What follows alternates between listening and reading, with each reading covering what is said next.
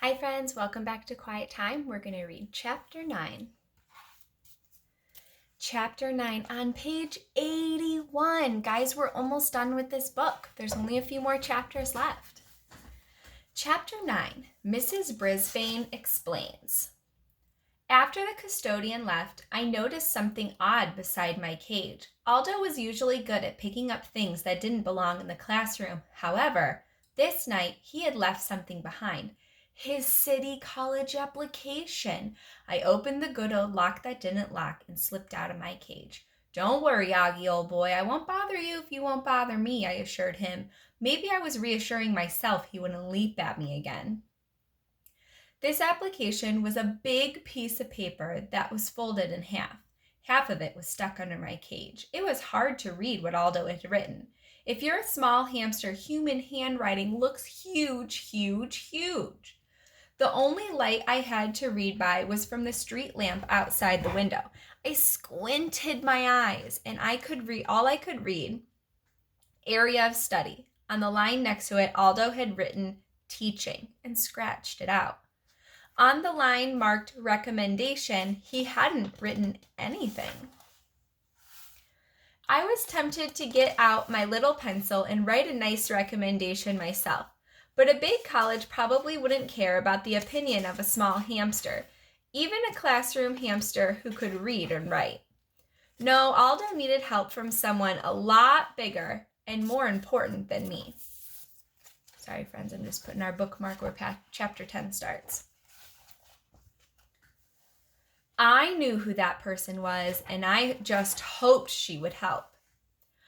I pulled the application out farther and neatly left it right between my cage and Og's. No splashing over here, Og, I warned my neighbor. We want to keep this application in good shape. He didn't splash all night long. Who knows? Maybe Og understood me after all, even without ears. Frogs have ears, don't they? Yeah, I'm pretty sure they do. They just don't look like Humphrey's ears. I could hardly wait for Mrs. Brisbane to arrive the following morning. When she finally showed up, it took her a long time to take off her coat and gloves and arrange her desk. At last, she strolled slowly over to my cage. "Mornin', Humphrey," she said with a smile. "You're lucky you don't have to go out in this freezing cold weather. You can stay right here in your cozy cage." Stay in my cage? If only she knew. She turned to Og. "Morning, Og. As you've heard in class, amphibians are cold-blooded, which means we've got to keep you warm." She smiled at Og and turned away. "Wait! Stop!" I shouted, jumping up and down. "Look at the paper!" She turned back and laughed. "What's the matter, Humphrey? Are you jealous of Og?" She leaned in closer. "You know you're my favorite hamster, and you mustn't let jealousy, that old green-eyed monster, get the best of you." "Eeh, a monster!" I was about to dive into my sleeping house for protection, and then I remembered that jealousy is when you envy somebody else. Jealousy wasn't a real monster. It was just an icky feeling. Was that why I felt bad when everybody else paid attention to Og? I wasn't sure. After all, my eyes are brown, not green. I was trying to sort it all out when Mrs. Brisbane turned to walk away. I'd forgotten something really important. "The application!" I shouted. I knew all she'd hear was squeaking, but I had to try. Mrs. Brisbane came back to the cage. "For goodness sake, calm down, Humphrey." I didn't calm down. I started squeaking and jumping and squeaking because I couldn't think of anything else to do except open the cage door and hand her the application. I couldn't do that because she'd find out about the lock that doesn't lock.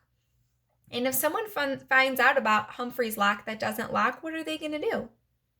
They're probably going to fix it, and then he won't be able to get himself out when he needs to help people. "What's this?" Mrs. Brisbane picked up the application. Whew! I started to read. "Aldo must have left it here by mistake. I'll put it in his mailbox." She folded it up without finishing it. "Tell her, Og! Help me! Help Aldo!" I was shrieking. More than squeaking, and to my amazement, Og let out a rather large boing, which I really appreciated. "What's the matter with you two? It's an application. It's private." Boing, boing, squeak, squeak, squeak. Working together, we kept up the noise making, and Mrs. Brisbane looked confused. She opened the application and started reading. Thank goodness, because I was getting quite hoarse. Well, Aldo's applying to go back to college. That's a good idea, and he wants to study. She stopped and stared a bit longer. He wrote in teaching, but he crossed it out again. I wonder why. Ask him, I shouted with a tiny last bit of my voice. I better give Aldo a call, said Mrs. Brisbane. Hi, Mrs. Brisbane, a voice yelled. It was Lower Your Voice, AJ. Mrs. Brisbane greeted him and folded up the application. She took it to her desk and didn't look at it again all day. There was nothing to do now but keep my paws firmly crossed, which I did. Sometime in the afternoon I must have dozed off, but I was awakened by a now familiar noise. Chirp! That was the sound of a cricket. This time it was coming from the middle of the room. Mrs. Brisbane, a voice called out. Chirp! Our teacher turned away from the board where she was writing out a math problem. Yes, Kirk?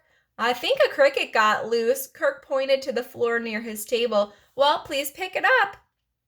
Mrs. Brisbane said, chirp, chirp. Kirk bent down and cupped his hands, touching the floor. I've got it. Good, now please put it back where it belongs. Kirk lifted his hands and sat straight up in his chair. I don't know, Mrs. Brisbane. I think it might get away. Everyone was watching as Kirk stood up and started walking toward the cabinet where the crickets were kept. As he passed by Heidi, he suddenly opened his hands right over her head. Oops, dropped it. Sorry, Heidi. Oh my goodness. Heidi leapt up and started jumping around the room, shaking her head and running her hands through her hair. Help, get it off me, get it off, she screamed. Everyone was laughing, everyone except Mrs. Brisbane. Kirk, Chen, you find that cricket, she said in a very stern voice. Now. Kirk grinned. There was no cricket. I was just making that noise. Heidi stopped jumping around and glared at him. Hear it? Chirp, chirp. Kirk really sounded like a cricket. Boy, that Heidi Hopper sure can hop, he added. Gail giggled until Heidi shot her a very angry look, then quickly covered her mouth to stop herself. Mrs. Brisbane slowly walked toward Kirk. You, my friend, are in trouble. Big trouble, she said. You will stay in during recess and we'll have a talk. As Kirk returned to his seat, the room was very quiet except for a loud chirp. Even without turning to look at him, Mrs. Brisbane said, I heard that, Kirk Chen. I wouldn't have wanted to be Kirk when it was time for recess. Once the other students had cleared out, Mrs. Brisbane marched over to him. Boy, was he in trouble. So I was surprised at the first thing she said. I have a confession to make. I think you're a funny guy, Kirk. You make me laugh a lot. Someday you might star in a funny movie, and I promise you, I'll be the first one in line to buy a ticket. Kirk looked confused as I felt. But, here came the clincher. There is a time to be funny, and there's a way to be funny that's appropriate. And there's a time to be funny and a way to be funny that's not. It's time for you to learn the difference. I waited for a chirp, or at least an argument, but Kirk remained silent. Kirk remained silent. Why did you pretend to drop a cricket on Heidi's head? Asked Mrs. Brisbane. Do you think that even that it was pretend, that it still scared Heidi? I think so. We don't want our friends to feel that way, even if it's just something silly. Kirk shrugged his shoulders. Because it was funny. Do you think Heidi thought it was funny? Kirk shook his head. I think you did it to get some attention. And if that's the case, it worked. I'm not sure, but I think Mrs. Brisbane smiled. Now, why do you like to get attention? Kirk shrugged again. So people will like you, the teacher asked. Maybe. Then I have good news for you. You don't have to play pranks anymore. People already like you. You're one of the most popular students I have. I'm not sure, but I think Kirk smiled a little too. So the next time you think of doing something funny, I want you to think about two things. First, is it really funny or is it hurtful to someone? Second, are you just doing it to get attention? Can you work on that? Yes, ma'am, said Kirk. Because if you continue to act like you acted today, I'm afraid you're going to be doing a solo comedy act in Principal Morales' office, and he may not think you're very funny at all. I think Mr. Morales has a good sense of humor, but I also think that Mrs. Brisbane is good at figuring out what's in people's heads. I bet she studied psychology in college. Kirk was quiet for the rest of the day. So were Og and the crickets. After my classmates went home, Mrs. Brisbane hung around longer than usual, and I soon learned why. Aldo came to room 26 to see her. Mrs. Brisbane, thanks for your call, he said. And I thank you for coming in early to talk, she said. They looked funny sitting in those little student chairs. I hope you'll forgive me for reading this application you left behind. It was none of my business, she explained. Maybe not, but I'd made sure it was her business with a little help from Og. When I saw that you had written in teaching and then crossed it out, I thought perhaps you'd like to talk. Yes, I would, said Aldo. He was strangely quiet, and I guess he was nervous because he kept tugging at his collar. I was thinking I'd like to be a teacher, but I'm kind of afraid. Mrs. Brisbane listened to Aldo explain his fears about not being smart enough or interesting enough to be a good teacher. Everybody feels that way, she said with a warm smile. What makes you think you would like to teach? I was surprised to hear Aldo talk about how much he liked books, science, history, math, learning, how much he liked children. He didn't mention hamsters, but I knew how he felt about me.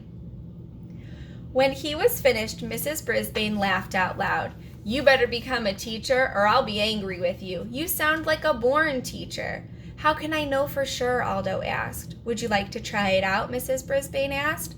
Try out teaching? Yes, we'll pick a day for you to come in and teach a subject to the class. You can pick any subject. See how it feels to be in front of a classroom. See how the students react to you.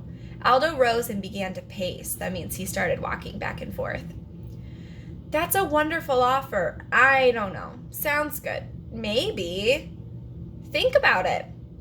Talk it over with your wife and let me know, Mrs. Brisbane suggested. But you'll have to do it soon. This application is due in a week. I will. If I could be half the teacher you are, I'd be happy. Mrs. Brisbane laughed. Thank you, Aldo. But even after all these years, I still have my bad days. Aldo shook her hand about 10 minutes before leaving. Mrs. Brisbane gathered together her things and was ready to leave for the day. She turned to Og and me. Hope you're satisfied, guys, she said. I don't know about Og, but believe me, I was happy. I wasn't surprised that Mrs. Brisbane helped Aldo. It happened just the way I planned it. But the next day, I had a big surprise. I never could have planned. My classmates were all hurrying out of room 26, heading for the lunchroom. Usually, Sit Still Seth would have raced out of the room, but on this day, he hung behind the others. Coming? Kirk asked impatiently. Me there, said Seth. Seth was the only student left in the room except for Tabitha, who was trying to stuff Smiley into her pocket as Seth approached. I couldn't imagine what he was doing. Tabitha had given the girls the cold shoulder when they tried to be friends. Seth is a boy. Everybody knows boys and girls can't be friends. Is that true? No, in our classroom, boys and girls can be friends with whoever they want. At least that's what I heard Art and Richie say. How do you know all the sports stuff the other day? He asked her. Tabitha shrugged her shoulders. I don't know. I just like sports, and I remember things I hear about sports. Me too, answered Seth. What sports do you like best? Tabitha thought about it. Basketball and baseball. Football, tennis.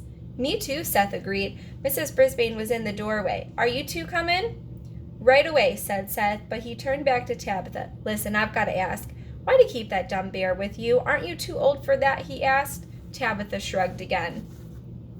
When I was little, back in first grade, I had a truck I used to bring to school with me. I couldn't stand to be without it, Seth told her. Do you still have it? Asked Tabitha. Yeah, it's in my closet. Sometimes I take it out, but I don't bring it to school anymore.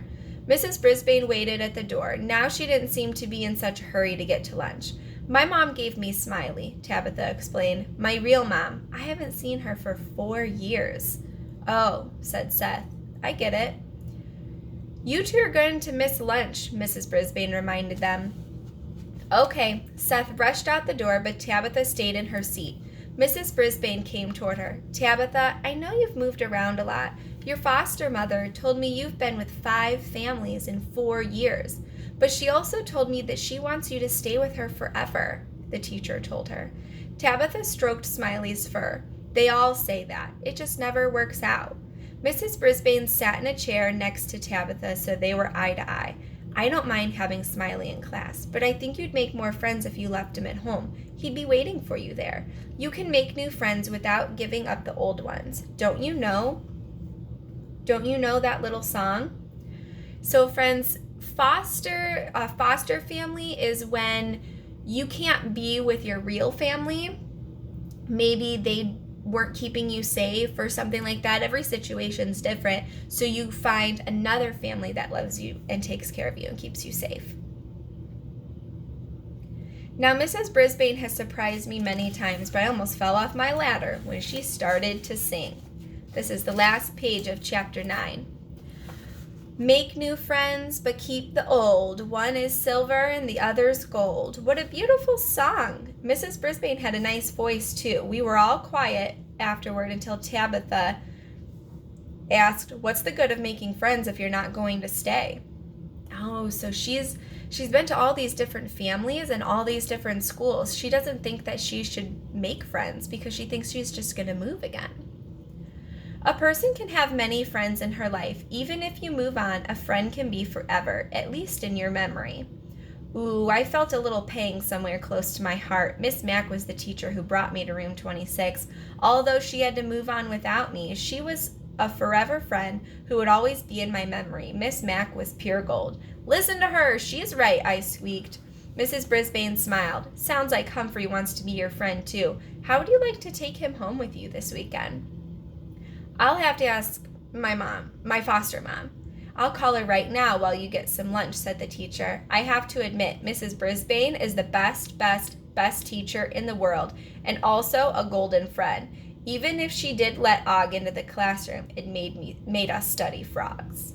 That's the end of chapter 9. Did you hear what Humphrey said right there? I'm going to read it again. I have to admit, Mrs. Brisbane is the best teacher in the world. Man, do you guys remember the beginning of the first book? He was so afraid of Mrs. Brisbane. Now he thinks that she's the best teacher, and I kind of agree. She's a really, really kind teacher. All right, friends, tomorrow we're going to read chapter 10 on page 93. Good night.